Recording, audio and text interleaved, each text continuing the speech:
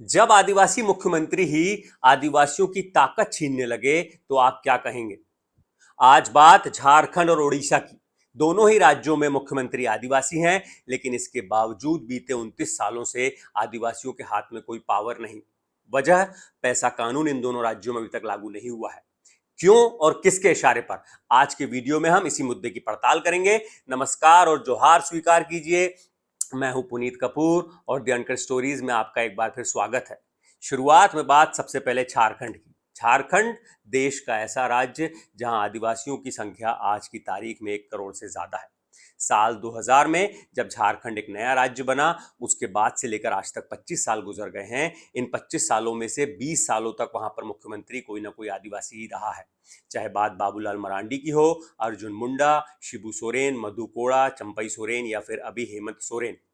सिवाय 5 सालों को छोड़कर जब बीजेपी के रघुवर दास जो गैर आदिवासी थे वो वहां पर मुख्यमंत्री रहे। हालांकि उस दरमियान भी विपक्ष के नेता हेमंत सोरेन थे, यानी सत्ता के इस ओर या उस ओर प्रमुख भूमिकाओं में 25 सालों में आदिवासी रहे हैं। लेकिन बड़े हैरत की बात है कि 25 सालों के में मुख्यमंत्री आदिवासी रहने के बाद भी अभी तक आदिवासियों को उनकी असली ताकत, उनका पावर, जो उनका हक है, वो अभी तक नहीं मिल पाया है। बीते साल झारखंड में पैसा कानून लागू होने की उम्मीद तब जागी जब 29 जुलाई 2024 को झारखंड हाईकोर्ट ने राज्य सरकार को फटकार लगाते हुए निर्देश दिया कि 2 महीने के अंदर पैसा कानून के नियम बनाकर उन्हें अधिसूचित किया जाए। पूरा 1 साल और 1 महीना गुजर गया है आज की तारीख तक, लेकिन इस दरमियान सरकार तारीख पर तारीख मांगती रही और आदिवासी इंतजार करते रहे। अभी तक पैसा के नियम वहां पर अधिसूचित नहीं किए गए हैं। इसके बाद इसी साल हाईकोर्ट में अवमानना की याचिका दायर हुई। 5 अगस्त को सुनवाई हुई, जिसमें हाईकोर्ट ने फिर सरकार को फटकार लगाई और 1 महीने के अंदर सरकार को हलफनामा दायर करते हुए ये बताने के लिए कहा है कि बीते 1 साल में सरकार ने हाईकोर्ट के निर्देश पर क्या क्या कार्रवाई की, क्या क्या काम किया पैसा के नियम को अधिसूचित करने के लिए। हाल ही में रिम्स 2 के लिए रांची के पास जमीन अधिग्रहण का मुद्दा गरमाया हुआ है। आपने भी देखा होगा, लगातार आदिवासी वहां पर विरोध प्रदर्शन कर रहे हैं।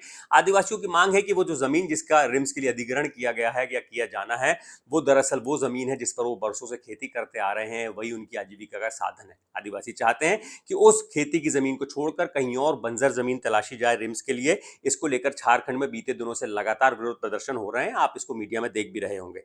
अगर राज्य में पैसा कानून लागू होता तो आदिवासियों के हाथ में पावर होता और तब ग्राम सभा तय करती कि जमीन देना है या नहीं। अभी पैसा कानून नहीं है, इसलिए राज्य सरकार ने अपने स्तर पर फैसला ले लिया। ना आदिवासियों से पूछा, ना सलाह किया, ना मशवरा किया, बस ऊपर से हुक्म आ गया और उस पर अमल करने के लिए उस इलाके में जहां पर रिम्स बनना है वहां की तारबंदी कर दी गई। बीते सालों में आदिवासी समाज झारखंड में पैसा कानून लागू करने की मांग लगातार कर रहा है। ये आज या पिछले साल की बात नहीं है। बीते सालों में लगातार सड़क से लेकर कोर्ट तक आदिवासी समाज इसके लिए लड़ाई लड़ रहा है।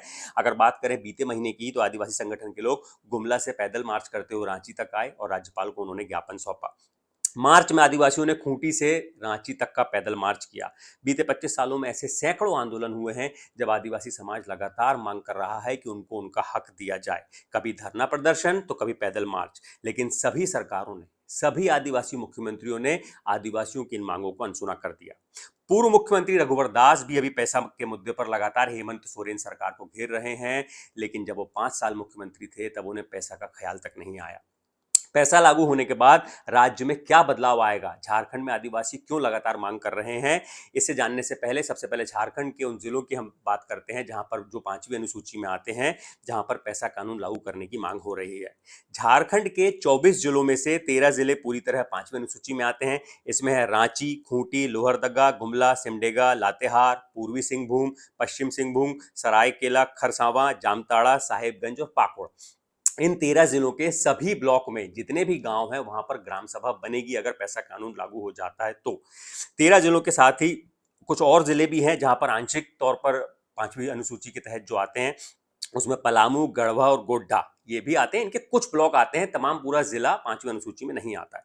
कुल मिलाकर इन 16 जिलों के ब्लॉक्स में जितने भी गांव हैं वहां पर आदिवासी चाहते हैं कि ग्राम सभा बने। क्यों चाहते हैं? ताकि आदिवासी जल जंगल जमीन पर अपना खुद फैसला ले सकें, ताकि वो समाज और अपने गांव की बेहतरी का खाका खुद खींच सके। पैसा कानून लागू होने के बाद हर गांव में ग्राम सभा बनेगी।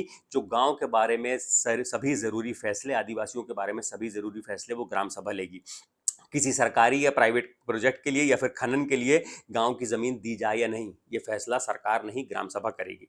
शराब की दुकान गांव में खुले या नहीं, ऐसे अधिकारों की एक लंबी फहरिस्त है जो पेशा के लागू होने के बाद आदिवासियों को मिलते हैं। आप यूं समझ लीजिए, जिस तरह देश की संसद है, लोकसभा राज्यसभा है, राज्यों में विधानसभा है, उसी तरह पेशा कानून लागू होने के बाद गांव में ग्राम सभा होगी जो गांव से जुड़े सभी फैसले लेगी और सरकार के लिए भी जरूरी होगा कि ग्राम सभा की मंजूरी के बाद ही फैसलों पर वो अमल कर पाएगी। इस पर हम एक पूरा वीडियो बना चुके हैं, हम डिस्क्रिप्शन पे और साथ ही साथ कमेंट बॉक्स में उसका लिंक देंगे। अगर आप पेशा कानून के बारे में विस्तार से जानना चाहते हैं तो उस वीडियो को जरूर देखें। अब झारखंड के बाद बात उड़ीसा की। उड़ीसा देश का ऐसा राज्य जो आदिवासियों की आबादी के मामले में पूरे देश में तीसरे नंबर पर है। राज्य में आदिवासी बीते 29 सालों से पेशा कानून की मांग कर रहे हैं। सबसे पहले बात उड़ीसा की उन जिलों की जो 5वीं अनुसूची में आते हैं। सबसे पहले मलकानगिरी, नवरंगपुर, रायगढ़, मयूरभंज, सुंदरगढ़, कोरापुट, इन जिलों के सभी ब्लॉक 5वीं अनुसूची में आते हैं। इसके साथ ही साथ संबलपुर, क्योंझर, कंधमाल, कालाहांडी, बालासोर, गजपति और गंजाम, ये आंशिक रूप से 5वीं अनुसूची में आते हैं, यानी इनके कुछ ब्लॉक 5वीं अनुसूची में आते हैं जहां पर आदिवासियों की आबादी ज्यादा होगी। उड़ीसा में बीते 25 सालों में 2 आदिवासी सीएम हुए हैं। पहली बार हेमानंद बिस्वाल के तौर पर उड़ीसा को पहला आदिवासी मुख्यमंत्री मिला साल 1999 में, लेकिन उनका कार्यकाल महज 90 दिनों का रहा। उसके बाद दूसरी बार आदिवासी सीएम के तौर पर मोहन चरण मांझी ने 12 जून 2024 यानी बीते साल ही शपथ ली। जो भारतीय जनता पार्टी है उसके घोषणा पत्र में भी वादा था कि सरकार आने के बाद पेशा कानून लागू किया जाएगा राज्य में।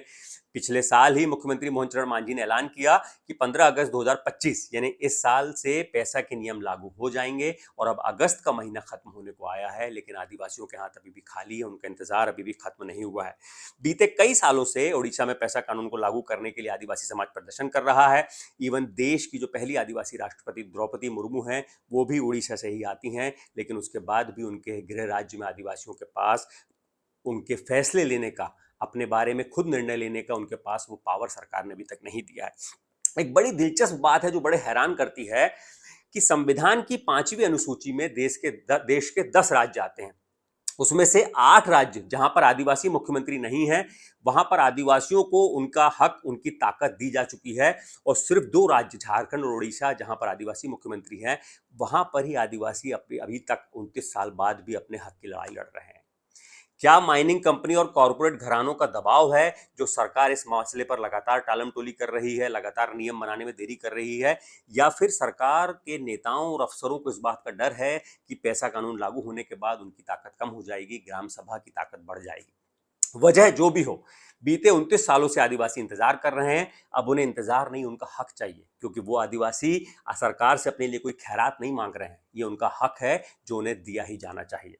ये वीडियो अगर आपको अच्छा लगे तो इसे लाइक कीजिएगा, कमेंट करके अपनी राय जरूर दीजिएगा, अपने लोगों के बीच में शेयर कीजिएगा और साथ ही साथ हमारे चैनल को सब्सक्राइब जरूर कीजिएगा। शुक्रिया।